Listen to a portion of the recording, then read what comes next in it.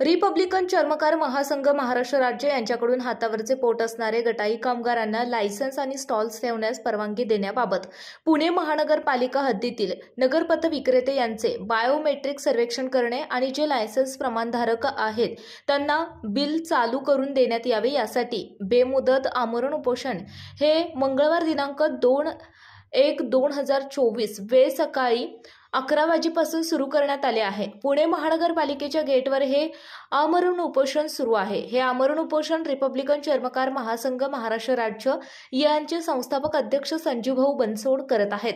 तिसरा दिवस असूनही कोणत्याही प्रकारे पुणे महानगरपालिकेच्या अधिकारी यांच्याशी चर्चा करण्यास किंवा यांचा मुद्दा काय आहे जाणून घेण्यास आलेले नाहीत।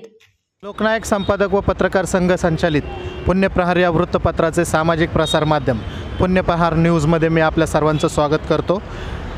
आज आपण आलो आहोत पुणे महानगरपालिका या गेटवर रिपब्लिकन चर्मकार महासंघ महाराष्ट्र राज्य यांच्यातर्फे एक आमरण उपोषण करण्यात येत आहे।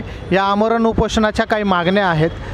हातावरचे पोट करणारे गटाई कामगार यांना लायसन्स व स्टॉल ठेवण्यास परवानगी देण्याबाबत व पुणे महानगरपालिका हद्दीतील नगरपथ विक्रेते यांना बायोमेट्रिक सर्वेक्षण करणे व जे लायसन्स प्रमाणधारक आहेत त्यांना बिल चालू करून देण्यात यावे यासाठी बेमुदत आमरण उपोषण करत आहेत।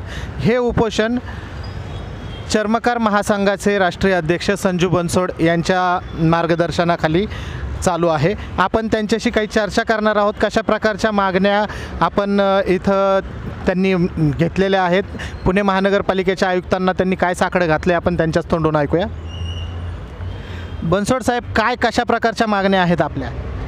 आज गेल्या 8 ते 10 वर्षापासून चर्मकार समाज हा मोठ्या संख्येमध्ये जे रस्त्याच्या कडेला बसतो, ऊन वारा अंगावर पाऊस घेऊनही हा लोकांची सेवा करतो। हा पथविक्रेता एक लोकांची सेवा करतो। पथविक्रेत्यांचे लायसन, चर्मकार समाजाचे लायसन व स्टॉल महानगरपालिकाने इश्यू करावं यासाठी हे आमरण उपोषण चालू आहे। उपोषणाला कोण कोण बसलं आहे? उपोषणाला मी स्वतः बसलेलो आहे संस्थापक अध्यक्ष म्हणून। कितवा दिवस आहे आज उपोषणाचा? आजचा तिसरा दिवस असूनही आज महानगरपालिकाचे आयुक्त व त्या महापालिकाचे कर्मचारी यांच्या कानावरचं केस तरपर्यंत उडालं नाही। आपण जे उपोषण करताय ते जनसामान्यांच्या गोरगरिबांच्या लायसन्ससाठी करताय। मग तुम्हाला सरळ असं म्हणायचं आहे का की महानगरपालिकेचे जे आयुक्त आहेत ते गोरगरिबांच्या मागण्यांकडे लक्ष देत नाही? पुणे महानगरपालिकाचे जे आयुक्त आहेत, आज पहिली गोष्ट जे पुणे महानगरपालिकाच्या हद्दीमध्ये जे कारोबार चालू आहे, नगरसेवक नसल्यामुळे हा मनमानी कारोबार चालू आहे। आज पथविक्रेत्यावर, गटाई कामगारावर इतका मोठा अन्याय आहे की त्यांच्या स्टॉलवर डायरेक्ट JCBनं बुलडोजर चढवण्यात येत आहे। अशी हे कारवाई यांची चालू आहे।